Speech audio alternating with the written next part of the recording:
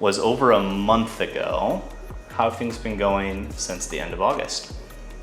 Pretty good. I've been going to get massage. Okay. So that's helped. At Soma Vida or elsewhere? Yes. Okay. Soma Great. Vida. And How often do you get the massages? usually once a week.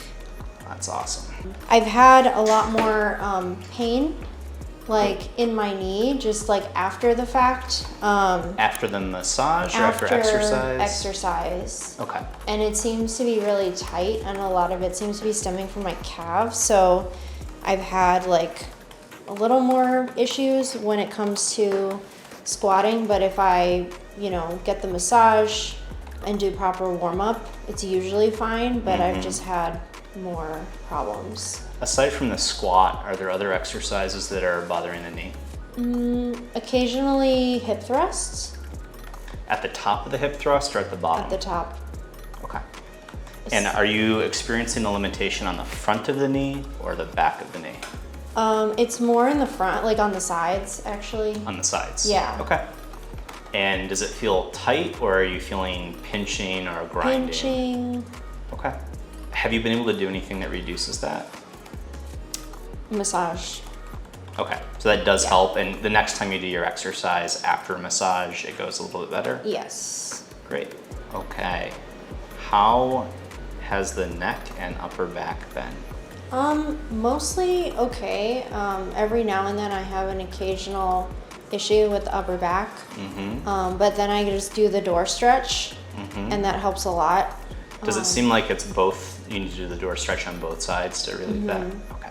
And how about the strain in the right adductor? Is that fully resolved? Mostly yes. I mean, if I sit for long periods of time, then I have tightness. But otherwise, mostly fine.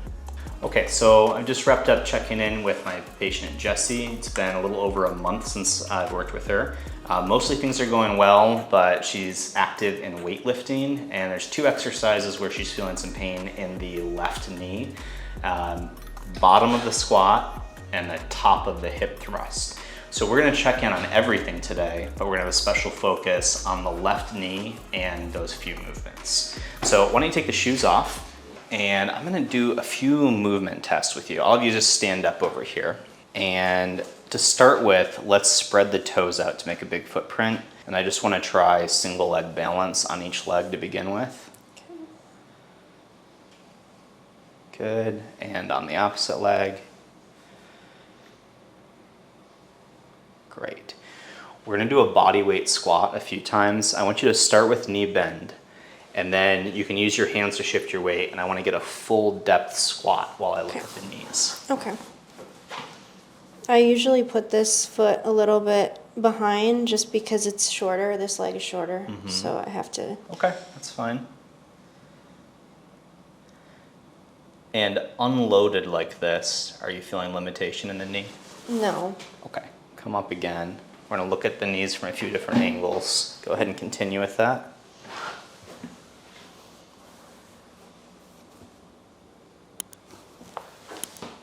Okay, keep that position. Use me as support. Can you sink any lower into the squat? Yes. Good, no catching with that? So if you look down at the knees, do you notice how your left knee is rocked back compared to the right? Yeah. They do a plane straight across. Okay, so let's come back up out of that. But there's always a crack. When I go down, there's always a crack in this knee coming up, but it doesn't hurt. Okay, it's like a comfortable release? Yeah. All right, we're gonna do the same thing. This time I'm gonna feel what the knee does in the motion. Okay. Go ahead and squat down.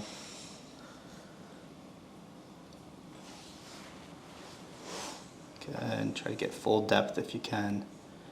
So that's great alignment of the femur. Back up. And we're gonna do one more where we're checking for the rotation of the lower leg. Same exact squat.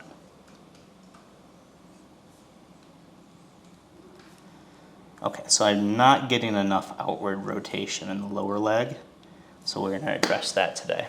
Come on up out of that. Do you feel the posterior calf with that deep squat on the left? Not really. I feel it mostly here. In the quads, okay. Set the right foot towards me. Okay. And I want you just to slowly lunge forward. Don't get down low. Keep your body weight tall and lunge your knee over the front of the foot. Good. What stops you from going further there? Further in what? Further forward. Like this? Mm-hmm. I feel like I can't. I'm gonna So fall the back of the ankle or front of the ankle or just balance? The back. I think the back of the ankle, because Okay. if I, yeah. Let's try that on the other side. Right. Okay, so here we get more rotation inward. So this aligns with our prior test. We need to improve external rotation through the knee. So I'm gonna have you go ahead and lay face up here on the table.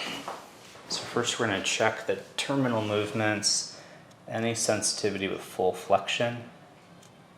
No. Good.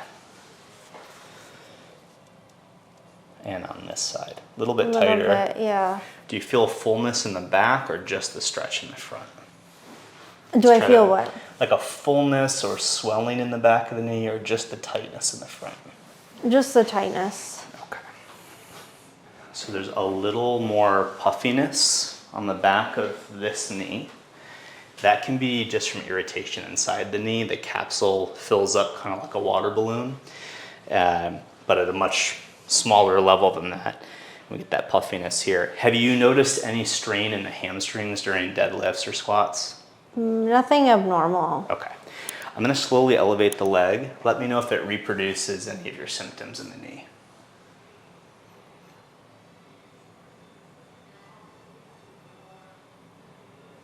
That hurts. Just hamstring, calf? Yeah, hamstring.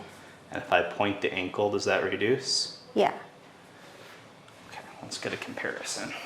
I also did work out my legs yesterday, so What was your workout yesterday? I did squats, deadlifts, Okay. and some other random How things. about on the right leg at this point? This one's fine. Yeah. So I think overall, there's a little bit of tension in the sciatic nerve from your back down to the side. So let's start with a little sciatic nerve glide. You're going to hold your leg yes. with the back of your hands. Have you been doing this at home? I do nerve glides. Why don't you show me what you're doing currently? So I go up. Pretty good. How often are you doing these? I usually do these right before I do legs. Okay. So one time per day when you're doing a leg workout? Yeah. All right. So there's a couple things that I want to modify to make it more effective since we do have the increased tension aside. First, your pace needs to be a little bit slower. So nerves adapt pretty slowly to stretch. So slowly go up to the first barrier. Let me know when you feel that. Pause, 1, 2. Okay. Then reverse and back down to the start. So that's maybe twice as long as the reps you were doing previously. Go ahead and hold on and try to match that pace. What level of sensitivity or stretch are you feeling when you get to that point? Is it just a few percentage points of stretch, or are you going 50% effort, 80% effort? For the stretch? Mm-hmm. Like 50%? So that's the other thing. It may be counterintuitive, especially from like a gym program. I want that to be 20% or less. Okay. So you're just gonna meet the very first barrier. Okay. Pause and reduce. Pause and return. So this will feel maybe less productive for a single session, but by the time you get to the end of 10, it'll be a bigger overall effect on the nerve. And we want to do a little more frequency. So try to do this 4 sets every day for about 2 weeks. And we only need to do the left leg. On the day that you do your leg workout, do a set on both legs like you have been doing, but every other day, just the left leg. And we'll do that for 2 weeks and see what the results are. Okay. So let's get the next 3 on that to round out the set. So same thing, 3 more reps. I'm also going to be not working out for the next 10 days Okay. because I'm traveling and not going to have a gym. So, Okay. Well, then this can be a good focus for you. yes. Let's recheck that end range motion afterwards. Let the leg rest completely. So a little bit easier getting to the end. Are you still getting a pinch here? Okay, so a little like mid-session check-in here. We're always looking for what factors are causing the limitation. We can treat it directly. We can push on the joint, push on the muscles, mobilize the end range. But sometimes we need to change why an area is sensitive. And in this case, there's some sensitivity coming from the sciatic nerve in the low back. So we have an exercise to address that sensitivity, but now we've got to go up into the low back and see if we can reduce it there. So the next thing we're gonna do is sideline opener with your left side up. So you're gonna sit on the table facing that wall. That's good. And I want you to feel the bolster lifting up the side of the low back. Does it feel like this is enough pillow to lift you up a little bit, or is it, okay, great. If you're traveling and you're in a hotel bed, you can roll up some pillows or stack a couple towels to create the same sensation. Now you're gonna bring your knees forward to hip height, and you're gonna let the ankles hang off the side of the bed to create a stretch right here. So I'm gonna pull down a little bit. So you wanna let that fall. Do you feel a mild stretch here, or is it just neutral? It's neutral. Okay, so I'm gonna add a little bit to it. I'm gonna pull the hip down and press the legs forward. Yes. Okay, and it's a comfortable stretch? Yeah. So at that part of the spine, all the nerves are exiting, and all we're trying to do with the bolster is to create an arch that opens up the space a little bit, and then the legs create that fulcrum to open up the space more. So I don't need a huge stretch. I just want to open it enough that blood flow is getting to the nerves. So 30 seconds in the hang position, and then bring the legs back up to rest. Let's still keep the knees up here around hip height, and this time you can aid it. So bring your hand to here, bring your legs forward, as not all the way forward, just to here. As your feet hang down, push your hip down towards the foot of the table, and you should get that minor opening. Yeah. Good. Deep breath into the abdomen. 30 seconds here. I'm gonna check the position of your low back. Okay, so this is good. I got that little bowing upward. I don't want you to feel like you're having to contract your lower back muscles. You wanna just let it hang in that position. Yep. And bring the leg back up. I'm gonna do another rep or two that has some overpressure. You don't need that for at home, but for today it'll help us loosen up the back a little bit. Like 45 pounds on each side. Okay. Like a 135. And if you're doing something lighter, like a warm-up, it's been okay? Yeah, mostly. Okay. Is that stretch tolerable? Yeah. Good. Do you feel a pull in the front of the knee or the back of the knee? Front in the middle. Front or in and the inner. Inner as well. Inner knee. Okay. But within reason, it's tolerable here? Yeah. Okay. Let me know when that starts to dissipate.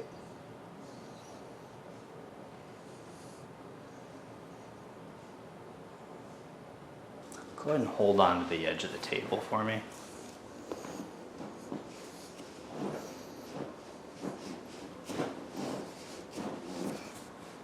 So we're just checking the ankle, foot, and toe mobility as they all play a role, both in the sensory information we get from the foot to control the squat and the actual ability for the foot to do everything it needs to do to position the knees. Okay, we'll have you lay face down. Let's see how the back's moving. Lower back is a little tight today. On both sides? Yes, and mostly, especially on the right side. On the right side. Do you attribute that to the workout yesterday? Yes. Any sensitivity as I'm compressing in? No. And on this side? No. Okay, so this right SI joint is stiff compared to the left. Let's check our rotation. Rotating pretty well this way. And stiffer this way.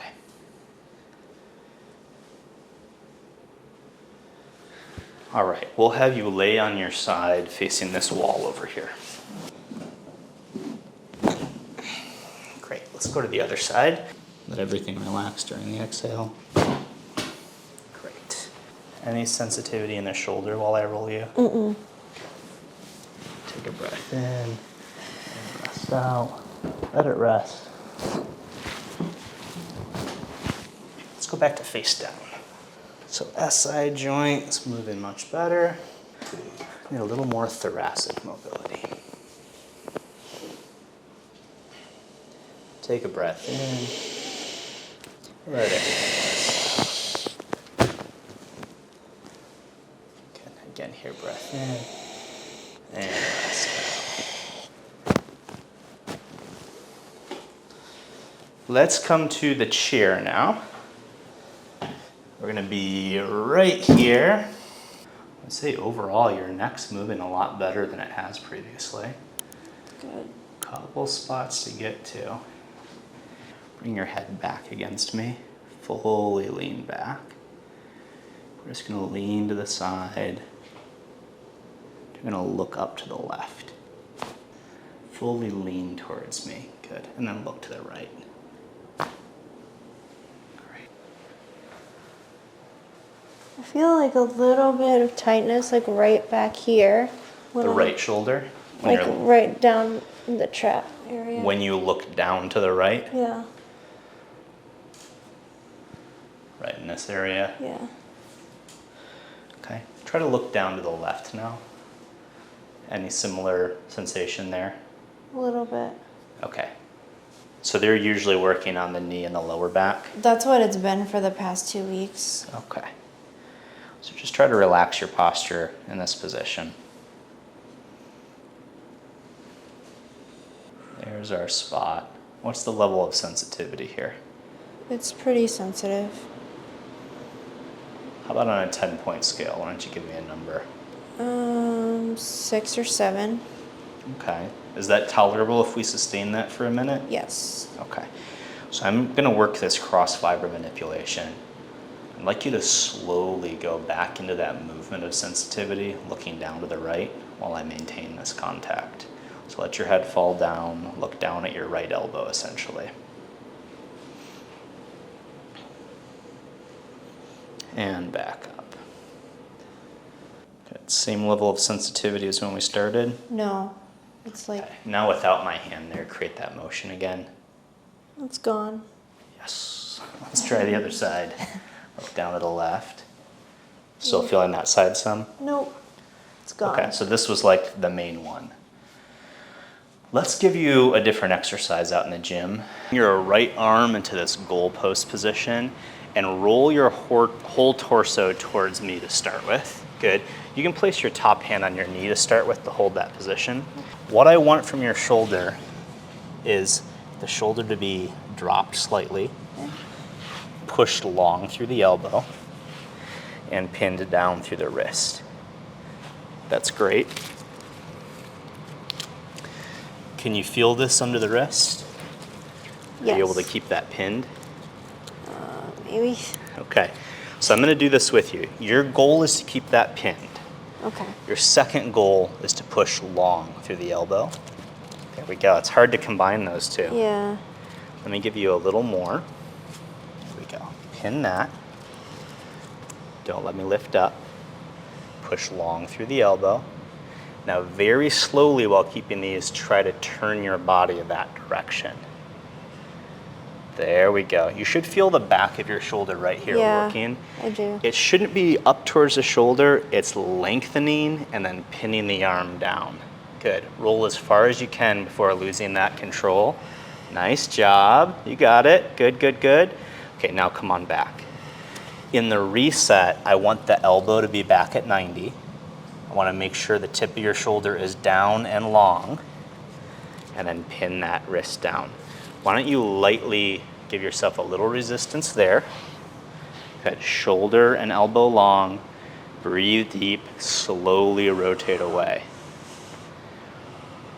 See where your back is. It's a little too arched in the back. Okay, so we're gonna make this one step easier by giving you a roll under the wrist. The thing I want to avoid is when it gets really challenging, I don't want your low back to arch up. Okay.